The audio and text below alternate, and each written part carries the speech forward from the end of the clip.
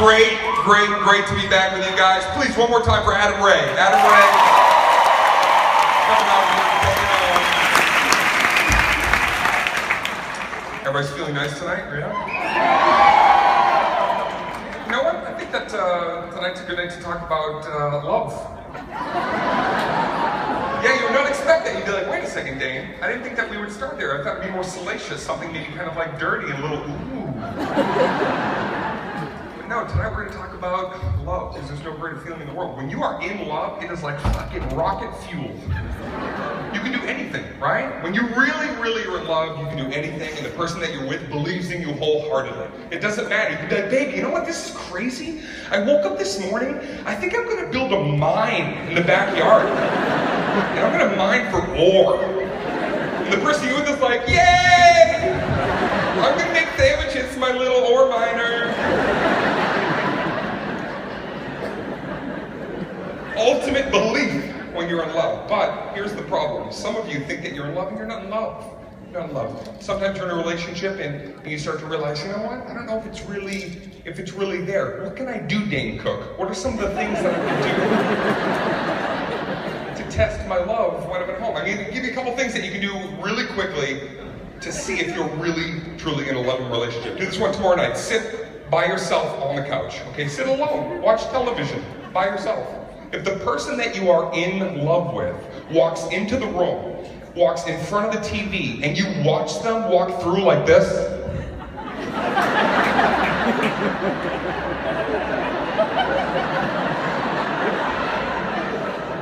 you're not in love. It's fucking over, okay? I'm telling you, because when you're really in love, if you're really in love, the person comes into the room, you immediately start to talk to each other in the same voice you talk to your pet with, right? You're like, are you coming to watch TV with me? You better sit right here and watch TV with me right now. We're gonna eat club crackers. Where are you going? You're in love, you talk like a moron, okay? You're saying, what else, Dane? Okay, is there another tip? Yes! Yes, there is. When you communicate with a person that you're truly in love with, there's a certain musicality to the way that we talk. There's kind of like a sing-songy nature. For example, let's say they call your name from across the house, right? They call your name. The way you respond is in kind of that, just give me a minute, I'll be right there! 2 more minutes, I'm almost done!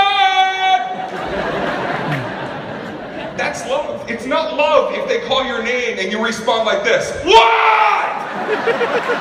What? Fucking come here! You have legs! Jesus fucking Christ! Leave me be! It's not love.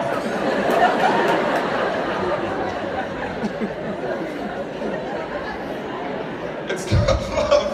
If the girl that you're with is having a down day and out of the blue she just goes, I need a hug, and you respond like this, all right. Right? You squeeze her a little too tight, she's like, ah, babe, I heard a disc. I don't know, I thought you needed a fucking hug. That's how I hug, that's how I was raised hugging. A very intense heart-to-heart hug. Like two nomads seeing each other in the wild. Well, that's not the kind of hugs I like. Never mind, I don't want your hugs. I watched a program the other day, and it was all about certain couples and how they shared their love and celebrated their love. And I saw something that actually, I had like a visceral reaction. Like out loud to the TV, I couldn't believe what I'd seen. It was a couple, they were together for about 10 years. And they were sitting with a box of old photos, and the wife was showing some of her favorite pictures, and finally she was like, oh, this is me when I was 5 years old. I'm at Disney World with my family, and we had a great day, and it was so much fun. Her husband took the picture. He goes, hey, wait a second, this is unbelievable. He goes, I went to Disney World when I was 5 years old. I'm standing right next to you in this picture. Yeah, and sure enough, he was. He was standing shoulder to shoulder with his family. They were both taking two separate photos, not knowing they were inches away from their one true love. that they would meet 20 years down the line and spend this amazing, right? It was unbelievable. I thought to myself, I was like, the only thing that could make this story more like magnificent is if that couple was murdered. Yeah.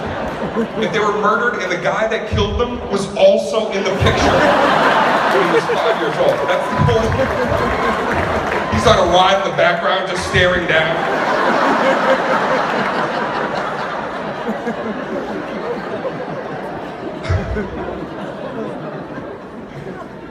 You ever do that? You find a box of old photos of a person that you used to be with, right? You're like, oh man, this is me and that. And you start to go through, and it's weird too, especially if the relationship never really went anywhere. And you're like looking at pictures, trying to. I remember I found this shoebox, and it was filled to the brim. And I sat there, and I went through almost every picture in the shoebox, trying to remember the love I had for this girl. I was like, wow, I'm not. I was just trying to find something, right? And trying to reignite it. Just some little, like, that was, and I couldn't. And finally I got to the very last picture in the shoebox. And I realized by the end of it, the only thing I missed was the shoes that I bought from, it was a pair of Converse. It's so hard, man, because when you, when you're really, really happy with somebody, that's a good feeling, right? It's very comfortable. Everybody gains like 15 pounds real quick. Right? Just sit around eating. Girls love to talk about the moment that they felt love for the first time. That's one of your favorite stories to share with us. Just out of the blue one day, do you know what I knew? Do you know when I knew that I loved you? Do you know I know the exact moment that I knew? And then your second favorite thing to do when you tell a story like this, girls, you love to be embarrassed at your own story. Right? And you like to tell us that. You'd be like, this is so embarrassing. I'm embarrassed. This is embarrassing. You love being fucking embarrassed. I think embarrassed is just code word for girls, code word for I'm adorable right now. That's really, I am so embarrassed. But I knew. And then you're gonna hear, right? The moment that I knew I was truly in love with you. Okay. Okay, 4 months before we met, I went to a psychic. She told me I was going to meet a guy that was about your height, and he wore hats. And I was like, nope, I don't like hats on guys. She's a fraud. I don't like hats on guys, and I never will. And then 2 weeks later, 3.5 months before we met, I saw you at the farmer's market. You were buying kettle corn. You were wearing a hat.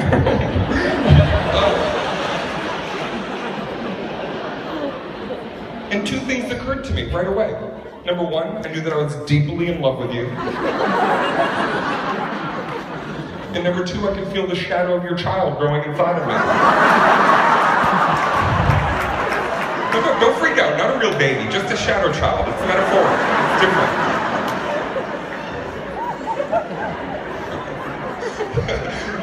Never ask a guy when we knew. That's a whole different... When did I know that I was in love with you? Oh shit. It's kind of embarrassing. All right, the first time you gave me a blowjob and swallowed it, I was like, I fucking love her. This is love.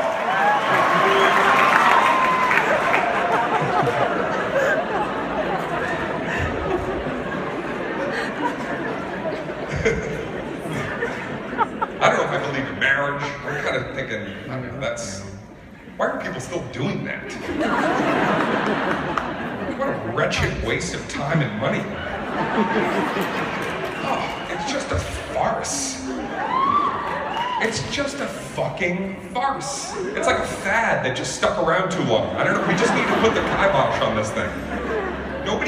Here's the thing, nobody should be getting married, nobody even wants to go to weddings. I'll tell you, this is you, everybody in here. This is anybody here getting a wedding invitation in the mail, ready? Fuck.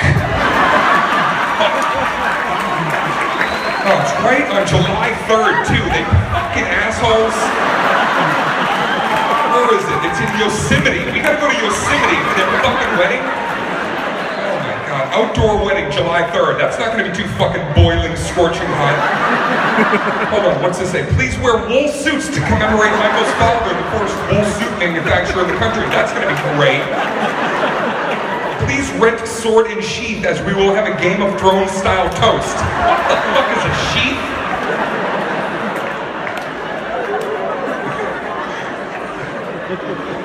You go to the wedding, and the people are up there, and like, it's the whole thing is just, it's like vows. What are vows? Vows, people are vowing things. We can't even take care of our own fucking issues. We're gonna vow shit to you. And then just the vows now, it's like people are gonna be collecting. It used to be just a vow. You'd say a few things back and forth. Hey, this is what I'm gonna do. And now everybody's gonna out-vow each other. People doing like vow rap battles at each other. And vow robot fucking vows. People are trying to be like super creative and like, you know, if a portal should absorb you into another dimension, I will learn science. And I will travel through space and time to that other dimension. And I will find you and rescue you. This I promise thee. Right? That old English weird fucking witchcraft shit. Thus mine eyes to thee. What?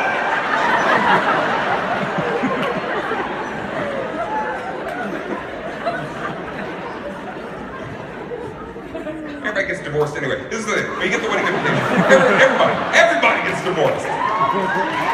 Everybody. The only people that stay married are the people that almost died together in some weird, right? If people are in like a plane crash together, they tend to stay together. They feel like they have some kind of like Han Solo Chewbacca life debt to each other. Or they're each other's good luck charms.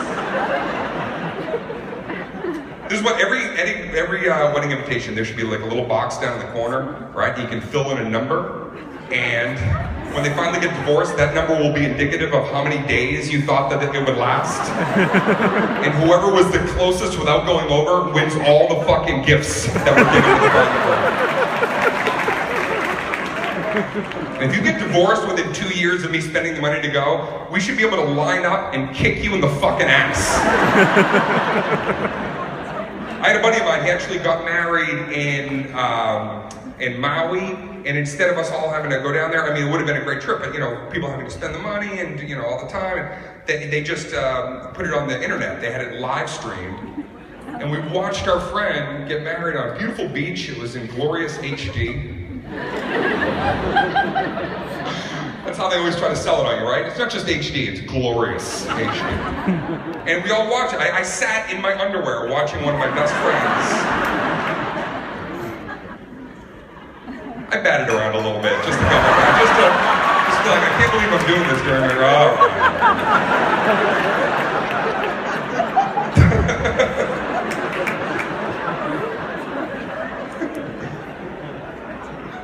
It's amazing too, like all the technology, you can get married, you can live stream it, like even like the new smartphones, everything.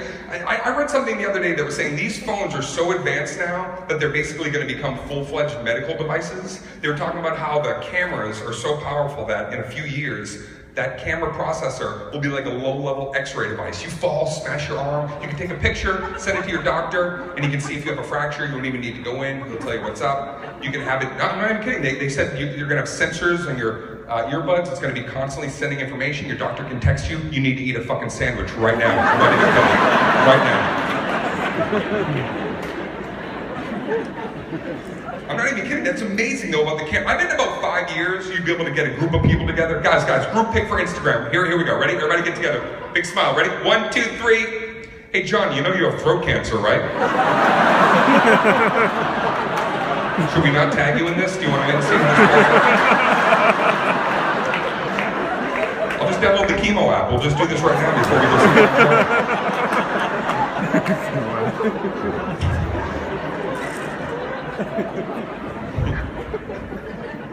Some people say, like, I see you guys are together. Some people have long distance relationships. You guys have been, how long have you two been about to break up? 6 months! 6 months! You're in the pink cloud phase. Everything's still wonderful at 6 months. Not a lot of arguing, right? Once it starts, oh man. Once you start arguing in a relationship, then it's all about alpha, then it's all about who's got the plans in the relationship. Every single argument, you know how it goes, it just gets more and more contentious and it gets frustrating. The best argument in a relationship is the first one. And it'll never be like that again, because the first argument, you can't really act the way you want to act. You know what I mean? Because you haven't shown that side of yourself yet, so just like the entire tone of that argument is very different from any other argument after that. The tone of that argument is kind of like, you're like, oh, that's not how you make pasta. Oh, you screwed it up. Oh shit, I was hungry too. Ah, fuck. Man, I messed it up. Oh, fuck you. Fuck, you're not gonna make pasta, you're dumb. Fuck. Oh, fuck you. Shit. That's alright. That's alright. Shit, fuck it, you know?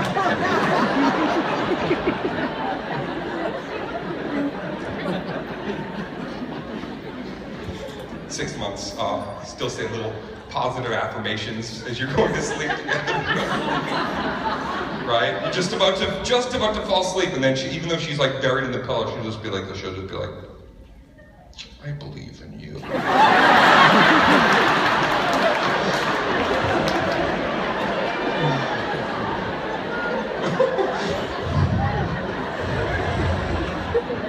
I believe in this man.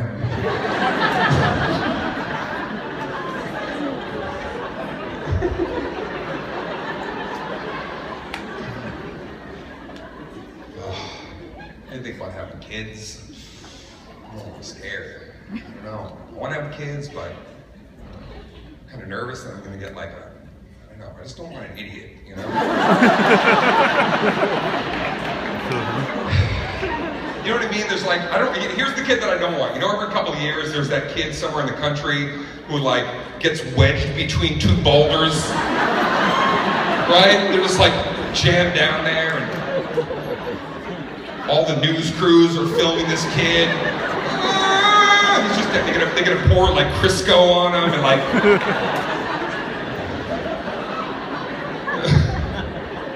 Right? And then my kid's on People magazine, like they call him like Boulder Boy for the rest of his life. I don't want that kid. I don't want to, you know.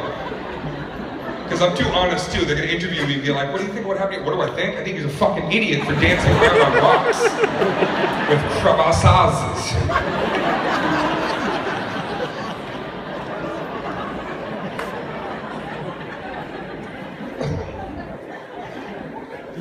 How do you keep a relationship really exciting? What are the things that you can do to keep it effervescent? Porn? You can watch porn together? Yeah, sure. Yep. Yeah, you do that? You like to watch porn, but do you watch it with your man? You do. That's right. Because it's different when it's separate. When you're watching porn separately, it's a whole different. You know, guys, we do that thing. We go into our, wherever our computers. Right? And we're on there. We keep having to look. You know, we're too stupid to put the monitor facing the fucking door. Where the screen is exposed to the fucking door. Right? Then we hear you coming as we're on like one of those, sites, and like we have like that shortcut button that makes all the windows go away and it opens up like an Excel spreadsheet or some shit like that. Right? So your girl comes in, what are you doing? What am I doing? What are you doing? What am I doing? I'm crunching numbers. What do you think I'm doing? Why am I sweating? Because these numbers won't crunch, honey.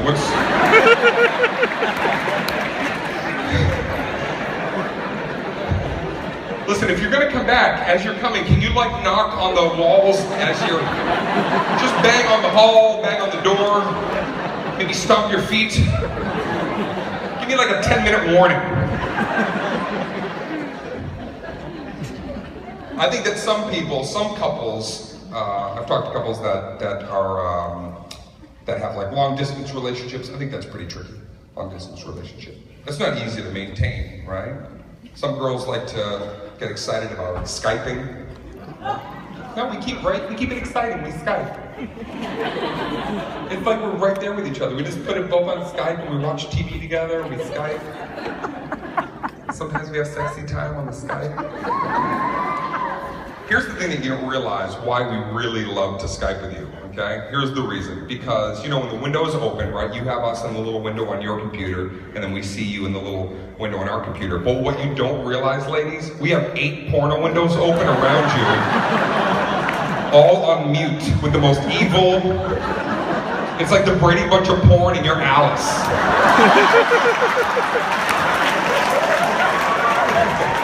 You don't even realize we're having a tensum.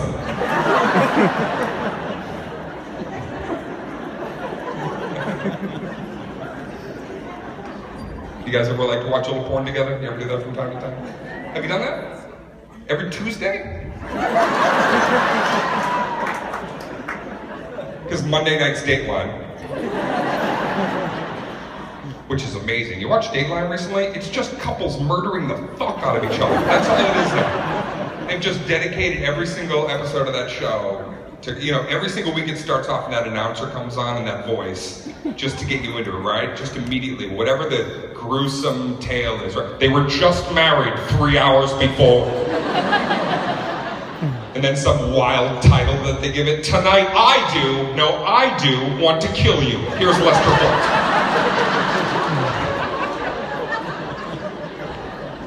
I saw something that, okay, this is gonna trip you up, okay? This is gonna be something that you're not even gonna believe me when I tell you until you realize and you watch Dateline. I've watched enough Dateline episodes. Almost every single episode of Dateline has a common thread, almost like Da Vinci Code, that ties every single, this is fucked up, okay?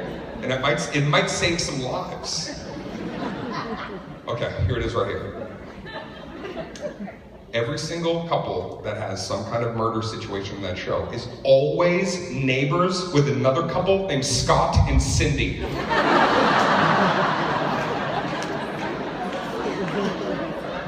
It's fucking weird, but it's true. If you move into a neighborhood and there's a Scott and a Cindy, get the fuck out of that neighborhood. One of you is gonna die. Or you need to kill Scott and or Cindy to break the juju that's hanging over that community.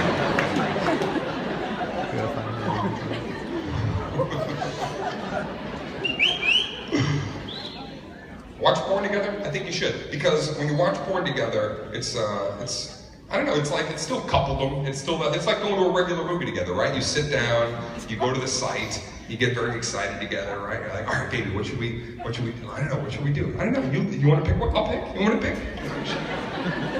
Right? You kind of pass the baton back and forth, right? And then the girls always have that one moment too where it's like you finally pick a video and girls, you watch it for a second to see if you really like it.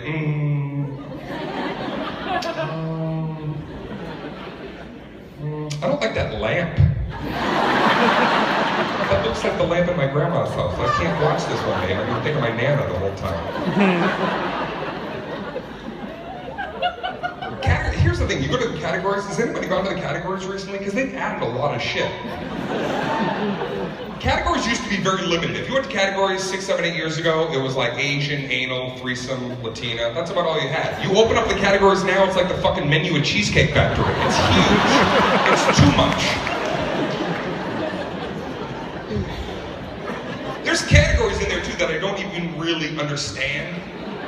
Right? There's sort of, I won't even click on it. Like there's a category mature. What is in there? I refuse to click on it. What is going on in there?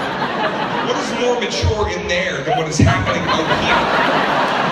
This is already very mature. I don't know what's in there, but out here there's an animated demon fucking a Pokemon that's jizzing rainbow. That's out here. That's not even immature. That would be indicative of mature.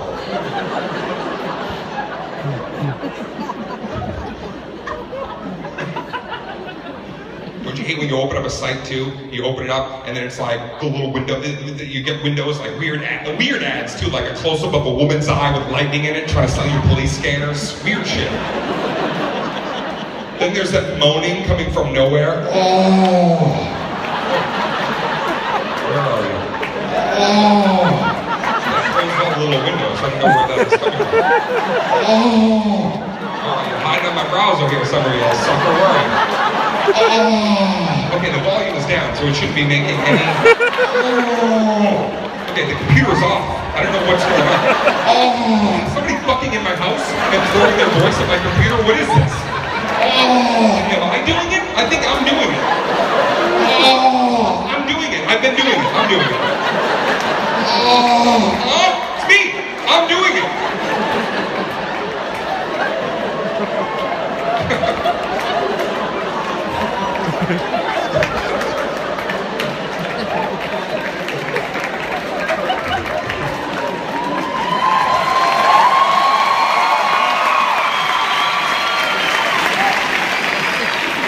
That was the slowest build-up to an applause break.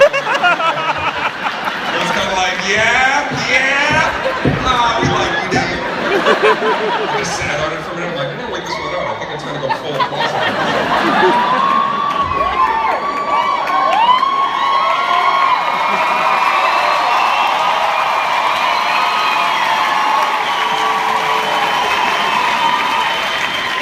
Don't go too crazy. I get more shit. I don't want to have to not be able to follow that moment right there. We just spontaneously went into like fucking.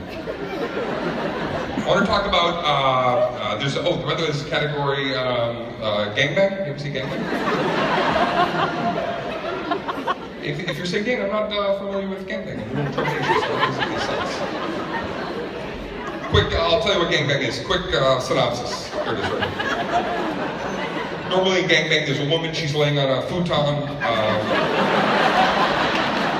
You got 6 guys orbiting her, everybody's in a different orifice, right?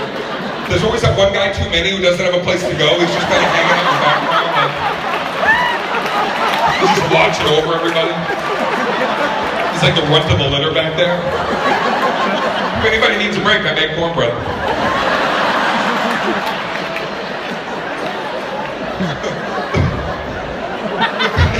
The finale, the third act of the gangbang is when all 6 guys will ejaculate at the same time, which, I don't know, that's pretty impressive. That is not easy to organize. That's like Cirque du Soleil level of rehearsal. 6 guys on cue, what? That's like special ops moment right there. You know, all 6 of those guys are looking at each other right there. All right, how you guys doing? We good? Everybody ready? How you feeling, Michael? All right, I'm tingling too. Here we go. Jonathan? Yeah? I see you on the ground. Hey, bud. Frankie, what's going on over there? Hey, Frankie, eyes up. Frankie, no? Guys, we're a no-go on Frankie. Deep breath. Frankie's no-go. Frankie, let us know. We're on the button here, buddy. Sorry, Lorraine, we're going into overtime hours here. Frankie's not ready. Frankie, we're tingling. What are we doing? We're on the button here, buddy. Are we good?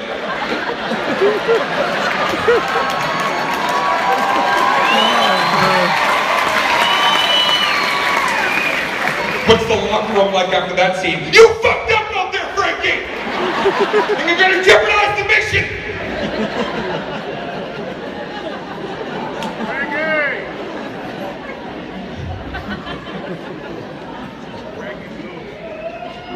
Listen, I've had some interesting relationships. Don't we all? That's exactly what I was looking for. That was the segue I needed. Call this chunk, don't we all?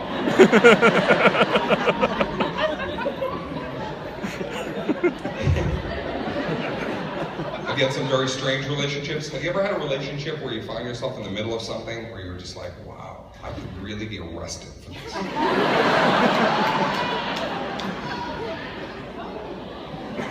Let me tell you mine first. I think it's funny.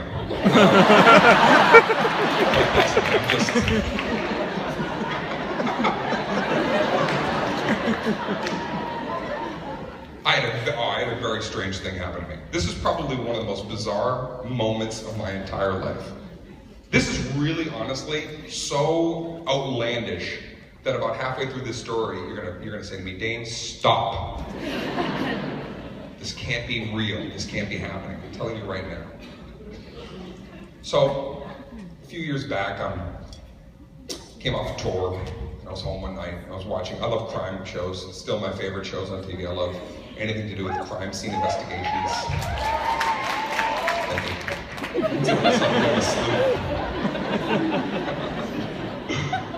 And I'm watching this one show, and it's not on anymore, and it was called Unsolved. And not Unsolved Mysteries, this was just Unsolved. Okay, you remember the show?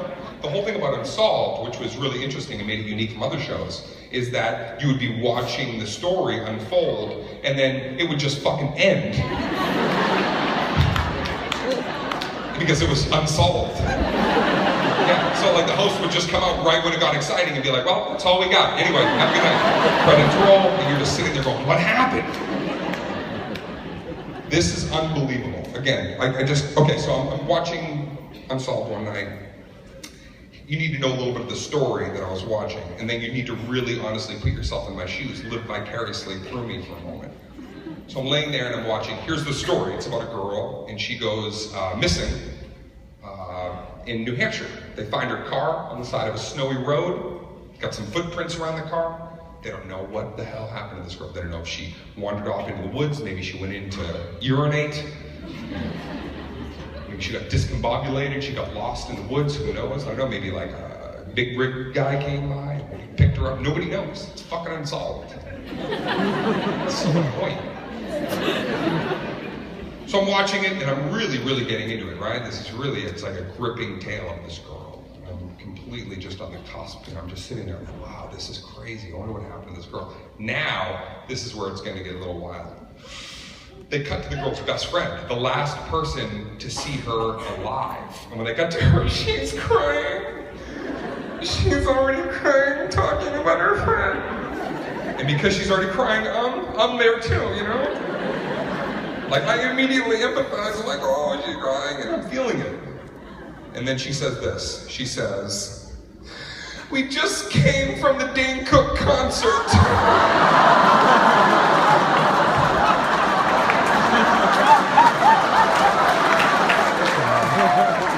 You never want to hear your name involved in somebody else's disappearance. I sat up in that bed, I rewound that shit 40 times. And then I had that moment where I had to stop and be like, did I murder this girl? Is that what happens to me after my shows? I go into some kind of blind white rage and I murder my fans? I freak out, my heart is racing, and I can't believe it, okay? I run to my computer, I look up the date she's missing. Sure enough, I look on the computer, I had done a show in Massachusetts, and that's the last thing she did. The last thing this girl ever did was come to my show. Then she left my show. I'm sure her and her girlfriends were standing in the parking lot in the cold like, wasn't that great? Wasn't he excellent tonight? Anyways, I'm gonna drive home by myself. I'm gonna take the snowy road. Bye-bye, guys. Bye.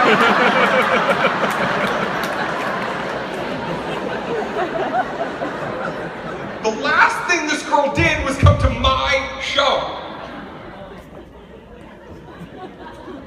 If I never became a stand-up comedian, this girl would be alive. I know, I fucking carry that around with me every day.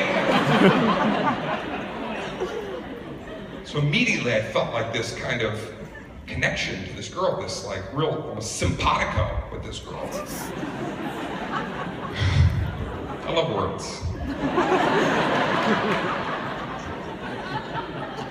And I started like having these dreams where I would be looking for her. I was looking for her in the woods. And I would have these dreams that I would wake up in the dream, I would be searching, I had like all this gear on and like I was gonna find this girl. And then I started like daydreaming, like what if I really did, what if I found her? What if I actually took like some survival courses, went into the woods of New Hampshire? What if I found her? She's living off the land, she's over a fire eating a womp rat or whatever the fuck, I don't know what's up in the woods.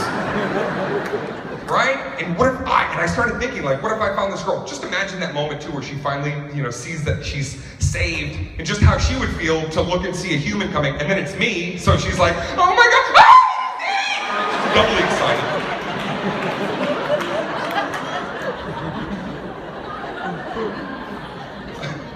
I started thinking about this girl, and then I'm like looking at her one day, and I'm like, God, she was really attractive too, and I had kind of a feeling for her. I thought, what if I save this girl? What if she's my one true love?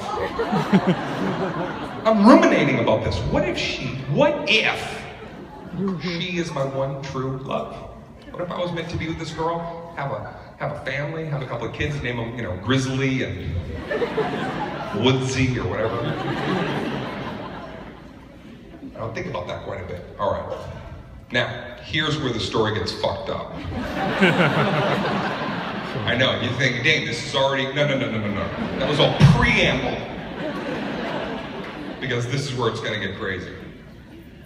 So a couple years later, I'm back on another tour, and I'm on stage in Maine, and I'm telling this story the same way we're sharing it right now. I'm telling the story, I'm in front of this huge, massive crowd. Everybody, it's cathartic, and we're laughing together, and people are excited, and then it's emotional, and we just go on this ride together. And I remember I came off stage, and I was feeling very, very happy, and I came back to go to my dressing room, and when I came around the corner, my manager at the time was standing at this long hallway, and he was standing just staring at me like this. And I looked at him, I was like, hey, what's going on? He just looked at me. I was like, wow, what? Is the merchandise not selling tonight? Those new hoodies are really comfortable. He goes, no, man, it's not the... I didn't even know how to tell you this. I go, what? He goes, you know the story that you tell about the girl that went missing and that you would potentially fall in love with if you were to find her? I said, yeah, it's hilarious. What's up?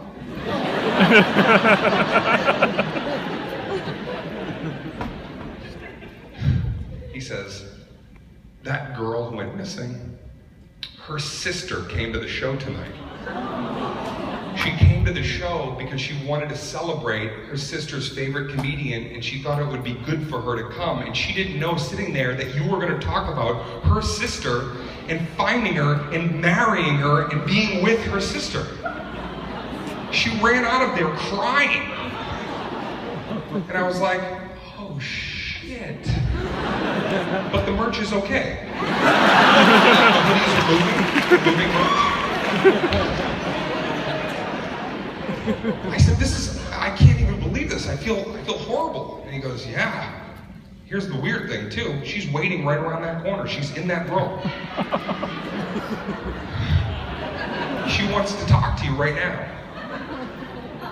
I'd never been nervous like that. I performed in front of crowds and I was like shaking. I'm shaking. I was like, what do I say to this woman? I don't know.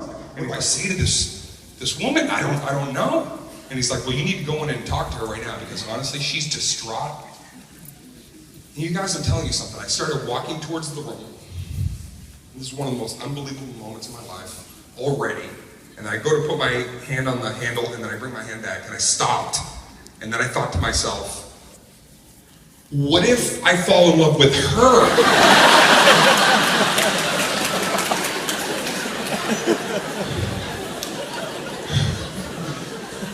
How the fuck do we explain that in parties? Hey, so how did you two meet? Oh, shit. I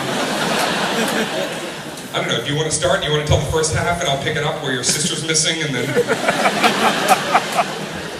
It's a doozy.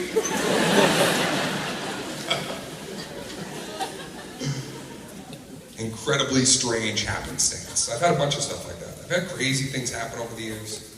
Unbelievable. I had one of my most amazing moments in my career happen. I'm hitting 25 years doing stand-up next year. I can't believe 25 years.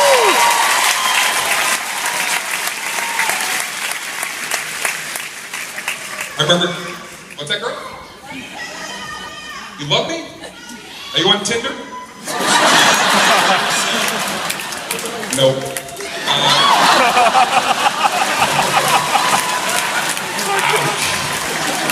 Did you just call that app? Nope. You guys on Tinder? Who's on Tinder? I'm on Tinder. I got it there.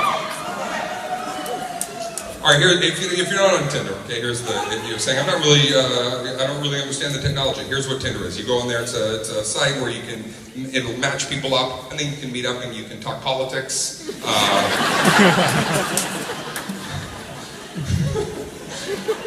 This is an app where it'll match two people, and if two people choose each other in the match, then you can meet up, whatever. But what's interesting about Tinder is you go into the settings and you can kind of fashion it to whatever you're looking for. You go in, you can pick, do I want to meet a woman? Do I want to meet a man? Do I want to meet both? And then you can go into age. It lets you pick and move the scale. You can pick anywhere between 18 and 44.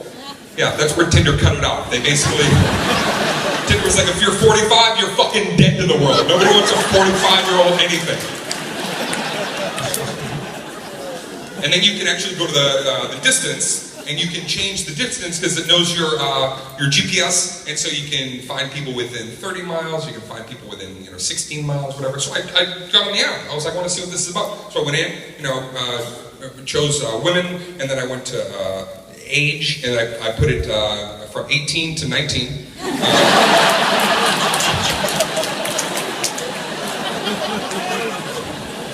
And then for distance, I put it on 50 feet. They won't let you do that. I tried. They will not let you. You can't do 50 feet. You can put it down to a mile. You can find somebody within a mile. And it's amazing how, as a society, we become so fucking lazy because you can match with somebody and be like, fucking this bitch is in Soho. Fuck that. Nope.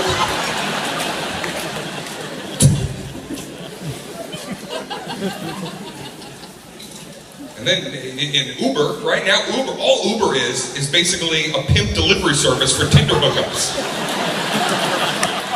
Uber and Tinder should just have a Groupon fucking discount for delivering bitches all over the city. It's like the Domino's Pizza of blowjobs, Tinder. You get blown within a half hour. Thanks, Uber.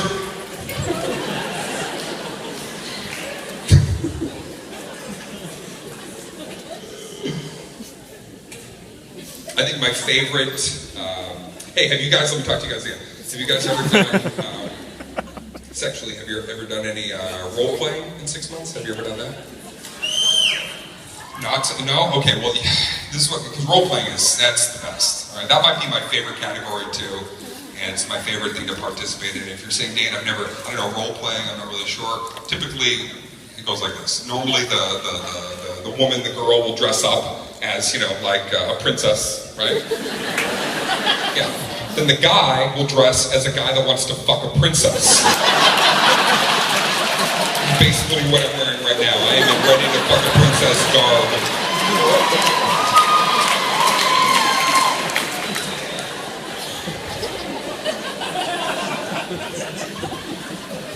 You ever have a girl, guys, you ever have a girl get upset because they dress up for you, but then they get upset that you never dress up for them? I had a girl say that to me. She's like, I'm always waiting for you in little ensembles and get-ups. And how come you're never waiting for me?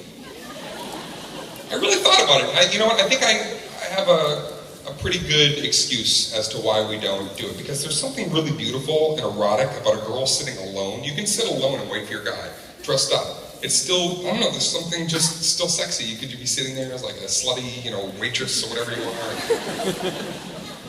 You're just waiting, and that's kind of sexy, and that's kind of cool. I don't know, a guy sitting alone dressed as a construction worker is just...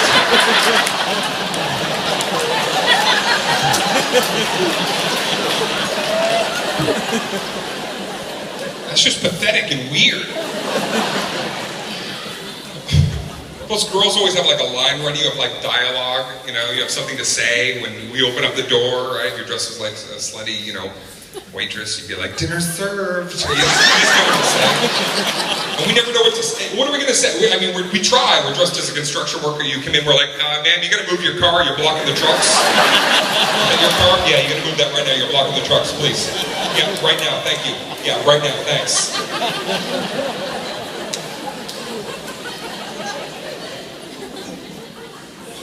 Sometimes it's scary when you're just kind of learning what somebody brand new enjoys. That's always like you don't know, right? You like a person, but you never know really what they're going to be like until you get them into the bedroom, right? You might know somebody and they might be like, be religious, and they might just, be like kind of like buttoned up, and then they get you in the bed and fucking come out dressed as a unicorn or some shit.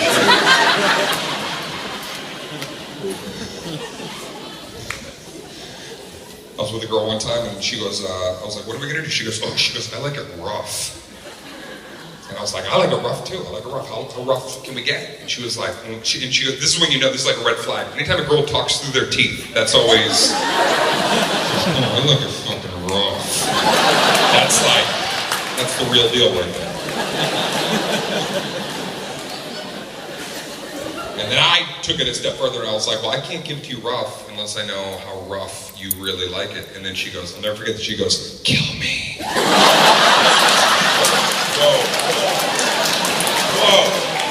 That's a commitment, all right? I see what you're trying to do there.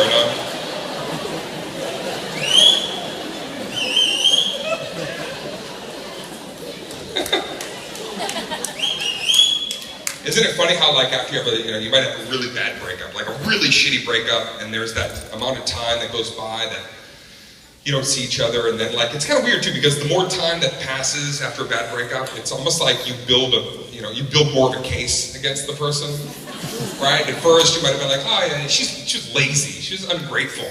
And then, like, 6 months later, you're telling your friends, like, I think that she was trying to kill me. I'm not even kidding. I think she was plotting a murder.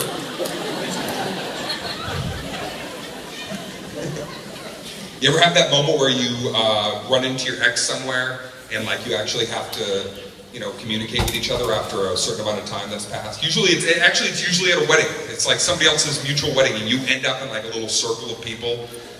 And right, you got to talk to each other, and there's that other person in the circle who has no clue you guys have a history, so they're like, oh, do you guys know each other? Have you guys ever met? Yeah, no,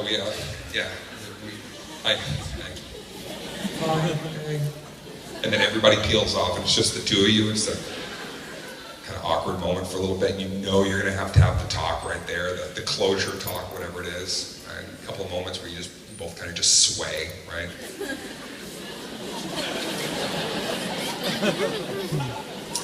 How are you been? Me? Yeah, okay. You? Yeah. I don't really know what to say. Yeah, me neither. This is like,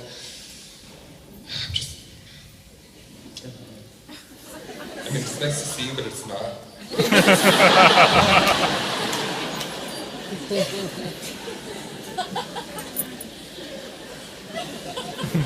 Yeah. Girls, if you ever want to know how angry a guy is at you, but he's not telling you, watch how deep we push our own eyeballs to our fucking head. It's weird. It's a quiet moment when we do that. The harder we push, it's just a silent way of us being like, I fucking hate you! And we'll push our own eyes into our brain.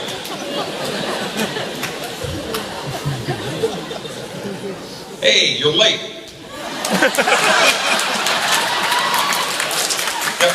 Nothing makes people more comfortable than a late guy with a backpack on.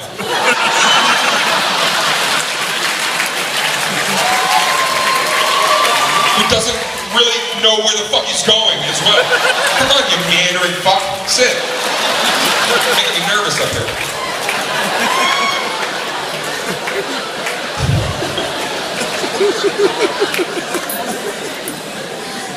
Dude, honestly, give him the fucking stool. Sit. Just sit down. Here, take it. Fucking put him right there. I'll give a shit.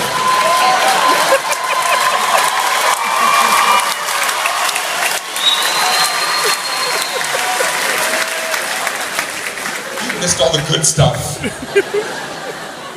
What are you doing?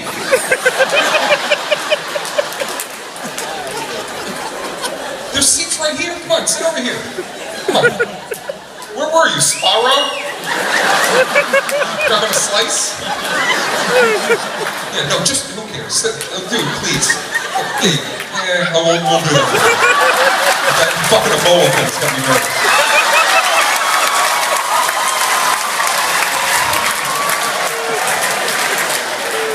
Are you good? Are you settled in?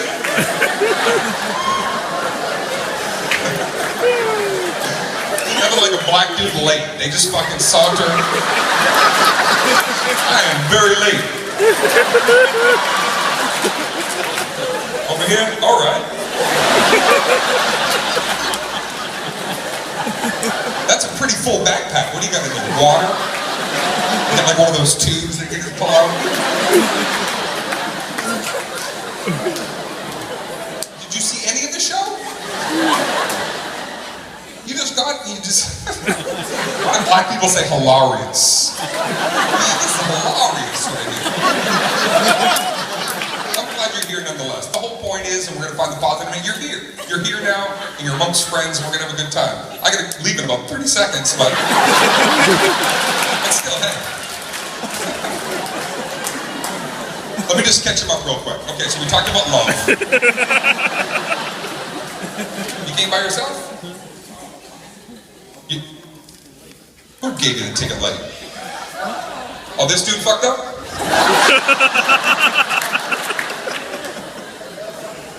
Gave the ticket late. How do you give a ticket late? You put it in a FedEx, deliver this at exactly 8:45. I want you to get these late.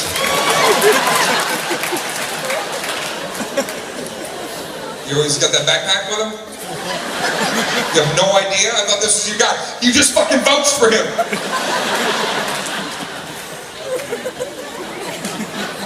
Can I just stop and say, in all seriousness, I love the New York Comedy Festival, and I'm so proud to be a part of it again.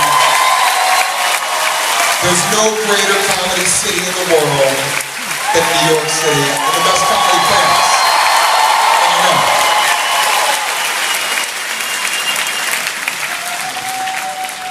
Greatest prostitutes in the world as well. I want to say, they're not around anymore. I miss them. When I first came to New York, it was like scary New York. It was like you couldn't walk around Times Square at night. There was no Disney anything. It was just... I'm not even kidding. I remember the first time I ever, 2 a.m., was like, I'm going to go down to Times Square, like 1993. Oh my God. First of all, I was terrified, and then I looked at a little dark corner of like a burned out store. The devil was standing there scared. The devil was like, you walking that way? The devil was like, you walking that way? Can I walk with you?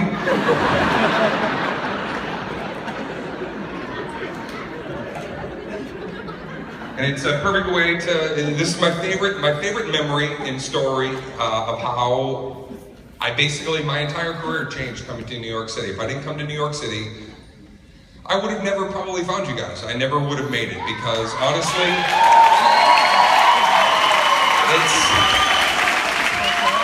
so this is what happened. So when I was 15 years old, my sister Kelly, who was my older sister, came and saw Steve Martin at Madison Square Garden, and she came home the next day, and I was a student of comedy already. I knew I loved comedians, I knew I wanted to be a comedian, and my sister Kelly got to go, and she came back, and she told little 15-year-old me, she said, Dane, I couldn't believe Steve Martin was on stage, and he was wearing this white suit, and he was going, and she told me the whole thing, and I remember I said to Kelly, my sister, on that night, I said, Kelly, someday I'm gonna play Madison Square Garden, and you're gonna come see me play.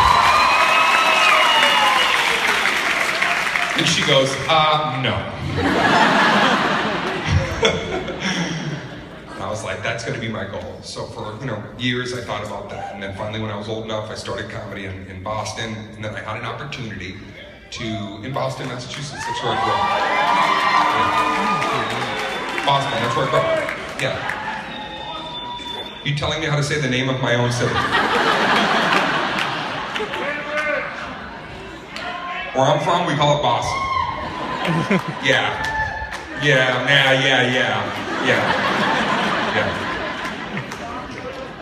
Fucking dude telling me how to say my own city's name. Where are you from? Dude, go back to sleep. Fucking screeching halt on the show, just to be quick. I come to New York City. Hey, shut the fuck up. Alright? I don't get Boston, either way, shut the fuck up. How does that sound? I don't fuck around. I'm here for jokes, not a pain in the ass. I got you guys. So finally, 20 years ago, I finally come to New York City. I'm gonna have my first spot. I got my first spot in the Village in New York City 20 years ago. And yeah, there was a place called the Boston Comedy Club. It's not there anymore. And, okay. I just felt like you had to get that out. Are you okay now? So I got my first spot there, and they gave me my first spot at 3:30 a.m. That was my first spot ever. In New York City, no shit, 3:30 a.m. and I was excited about it. I was like, I'm gonna go to New York. I'm gonna see if I can get some yucks, if I get a few laughs. I don't know, maybe I can come back in 6 months and I don't know, just start trying to find myself in New York. So I go a little bit early. I remember I drove my mom's Mark V Lincoln Continental, turquoise interior and exterior, the whole thing. In fact, I wore a turquoise jacket just to match the fucking. I came early and then I purposely parked a little bit further up because I wanted to take a walk and I wanted to see the city and I wanted to walk down specifically past Madison Square Garden. And I remember I stood outside of Madison Square Garden and I looked up at that building at 2:30 in the morning. And I remember I said out loud, I said, "Hey, Madison Square Garden, how you doing? I'm Dane Cook, and don't go anywhere because I'm gonna play you someday." I said that out loud. I'm gonna play you. And I remember a homeless guy 10 feet away from me went, "I'm gonna shit in my hand."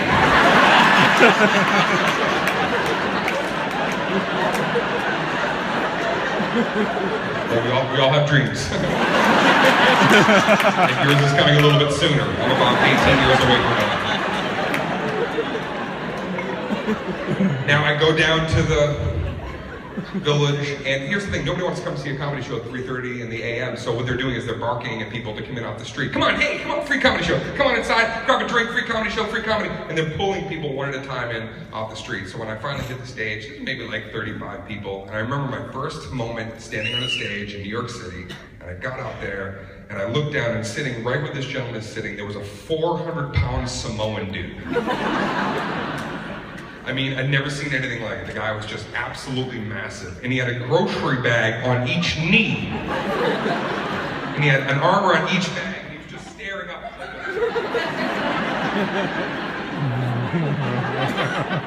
And I'll never forget this, you guys. Before I did a joke, before I even introduced myself, I looked down at this guy and I said, "Hey man, how you doing?" And I'll never forget, he took a long pause and then he went like this. He goes, "You better be funny, man, because I got ice cream." I want to thank you guys very much. Thank you so much, New York City. This was fucking amazing tonight. It means the world to me. Thank you very much, guys. Have a good night.